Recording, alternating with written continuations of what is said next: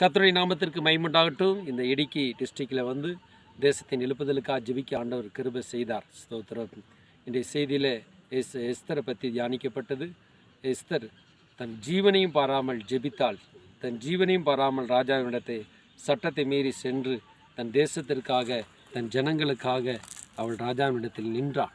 பிரியமானவர்களே, அவளுடைய காரியம் வெற்றியாக இருந்தது. நாம் கூட நம்முடைய ஜீவனையும் பாராமல் நாம் தேசத்திற்காக நின்று ஜெபிக்கும் பொழுது கர்த்தர் நம்முடைய தேசத்தில் பெரிய காரியங்களை கர்த்தர் செய்வார்.